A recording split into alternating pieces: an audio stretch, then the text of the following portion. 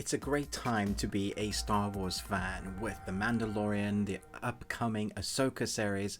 Now, having watched this animated series, The Tales of the Jedi, I'm even more excited. It's very hard to talk about, especially the animated series of Star Wars, and not do spoilers. So I'm going to be dipping into each episode and then just talking about it as a whole, kind of spoiler warning. A 6-episode event featuring parables built around Jedi from the prequel era. Journey into the lives of two distinctly different Jedi, Ahsoka Tano and Count Dooku. Each will be put to the test as they make choices that will define their destinies. So episode 1 is Life and Death, and we see Ahsoka as a baby.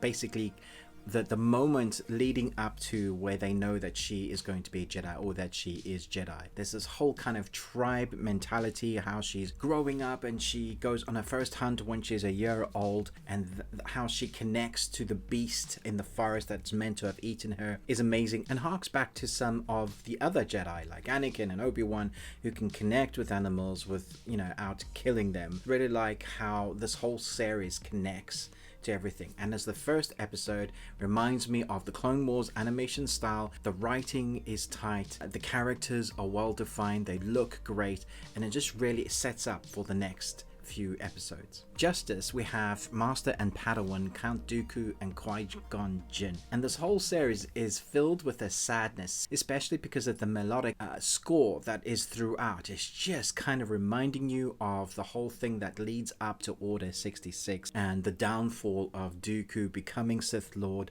the mindset of him seeing what is wrong with the Jedi basically working for the Senate, and the Jedi being controlled by the Senate and not doing their own thing. That's how he sees it. So the more you see him influenced by his thought processes of things that are wrong that need to be fixed, and we can see it as well. And a clever thing in the storyline is it kind of makes you understand his plight. It makes you feel for him. And this is what I think this series is doing best, or most of all, the thing that it's doing well.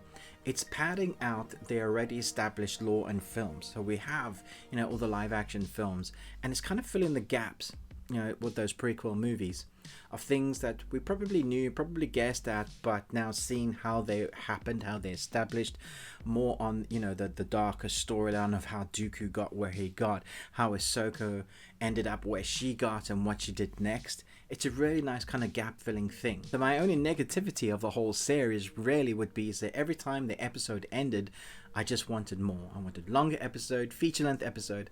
I'm happy with what I got, but as a Star Wars fan, you want more, but it's good to leave you wanting more. Episode 3, Choices. Dooku and Windu are investigating the fall of a Jedi, the death of a Jedi. Again, there's this melodic score and tone that is throughout the episode, and you can see Mace questioning Dooku as Dooku starts grumbling the way he is, his mannerisms. You can already see the dark side all over him. He's quick to anger. Most of all, he's the one to react, who wants to force a reaction and get the answers that he wants.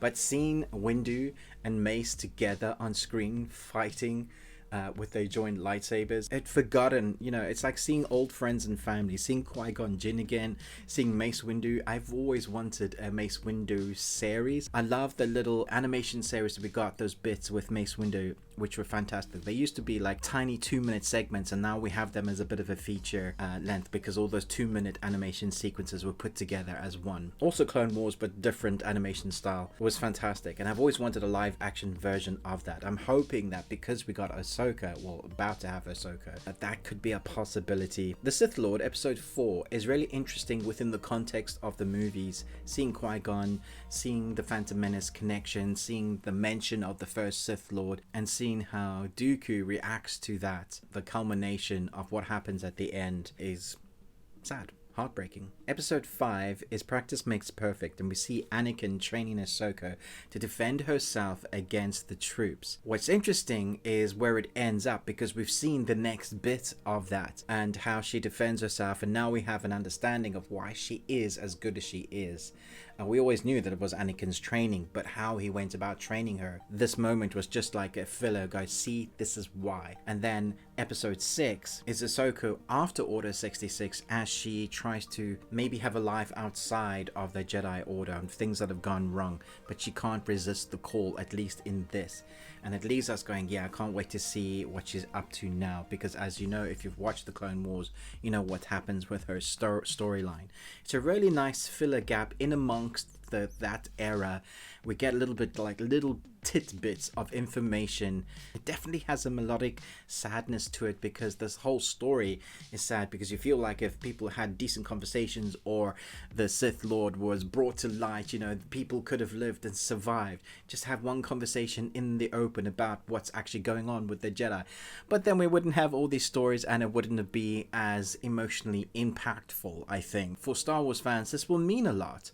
I'm hoping that the majority of fans enjoy this, embrace it as much as they did for the Clone Wars. But, you know, fans of Star Wars or any franchise will always find things to hate about it. I'm of the opinion that this was really good, and I hope we get more like this. I'm looking forward to the anime series, the season 2 of that. I like new Star Wars stuff. I'm hoping that we get away from the prequels in the future, and we have content that is new characters, away from the characters we know. We want to see some freshness brought into the Star Wars universe as well. Let me know in the comments below, what is your favorite new Star Wars feature or animation? What have you enjoyed most? Love to know your thoughts down below. What did you think of this series? Thanks so much for watching, but most of all, until next time, remember, live long and Tuesday.